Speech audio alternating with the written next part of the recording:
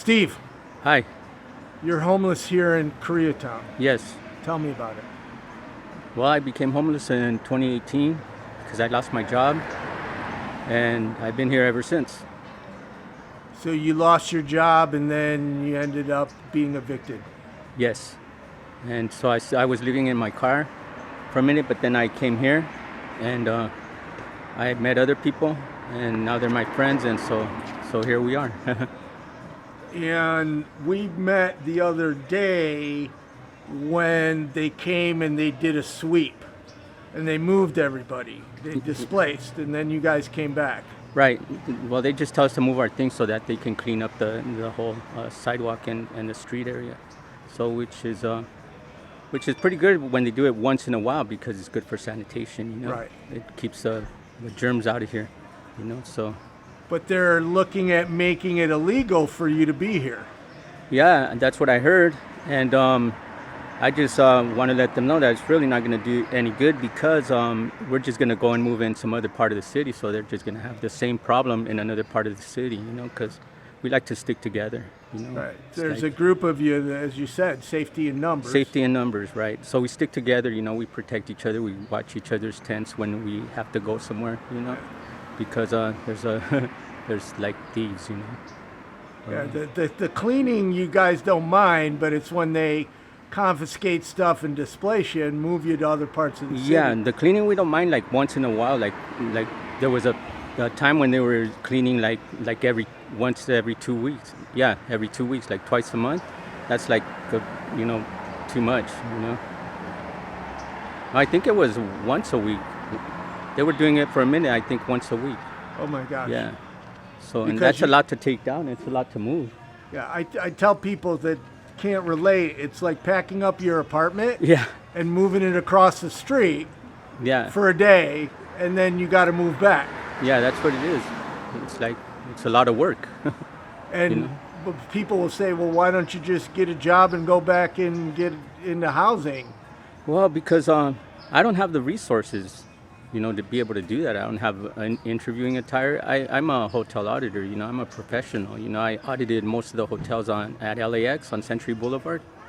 Yeah, I started that career in 1993, so I have a lot of years experience. I could get a job, no problem. I just that I lack the resources, you know, You lack a shower and, I you lack know, the shower, interview attire, you know. I can't go looking like a bum. No one's going to hire me.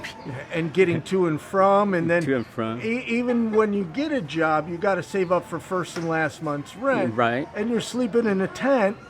Exactly. And it's hard to get a good night's sleep. And, you know, oh my gosh, I mean, there's so many roadblocks and barriers to employment. Yeah.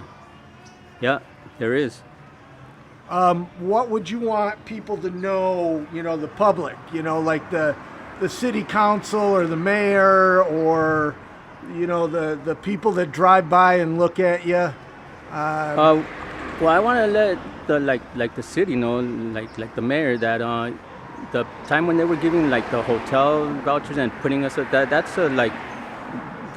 helps out more than like trying to make this area illegal to camp here, you know, because that's just a waste of time and money. Because like I said, we're just gonna move to another part of the city, so it'd be good if they would like do that program again where they put us in motel rooms for a minute, you know, and like that's at least, you know, a step in the right direction. At least for me it is, you know. And once you get, you know, back where you're, you know, healed a little bit in a shower and, you know, you can start restabilizing your life. Yeah, but I need the proper environment. You know what I mean? Right. Proper Yeah. resources. I mean, because there's no bathrooms and no showers here. Yeah. Well, like during park hours, we have restrooms. Right. You know, in the park, but only during park hours. You know. Yeah. It's like imagine somewhere else where we have to move, where there's no bathrooms at all. You know. Yeah. That's gonna be even worse. You know, for sanitation reasons. You know. And with homelessness growing, just moving people around the city, I mean, eventually there's going to be homeless people everywhere and there's going to be no place to move people to. Yeah.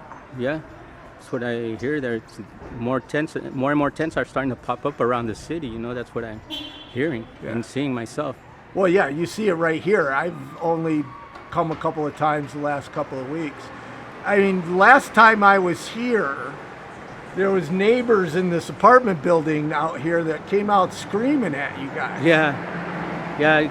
I mean, But you don't have any place to go. yeah. It's like, what can we do? You know, I mean, we have to live somewhere. You know, it's like, yeah. So that's where we're at right now. I've been waiting. Actually, I've been like hooked up with homeless healthcare since 2018.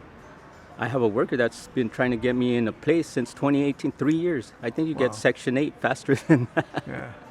For 3 years, it's like I'm pretty much like gave up hope in that, you know, because like 3 years, come on, you know. If you don't mind me asking, how young are you? I'm young. I'm 54 years young. Yeah. Yeah. What's your future like? My future. Well, you know, one way or another, I'm gonna get out of this. I'm like, this is not my life for the rest of my life. I know that.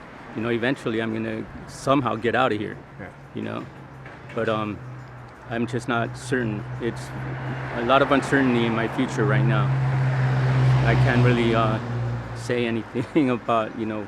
I mean, I do have a goal. I mean, to get back to work and get back on my feet. That's a short-term goal for me, you know. But You just need some help to get there. yes. As for long-term goal, I can't really. I'm not thinking of that right now. You know, it's no sense in that. If you had 3 wishes, what would they be? Some financial help, you know, to get me back on my feet. A good friend that understands me, and 3 more wishes. Great wishes. Well, thank you very much for talking to me. Thank you.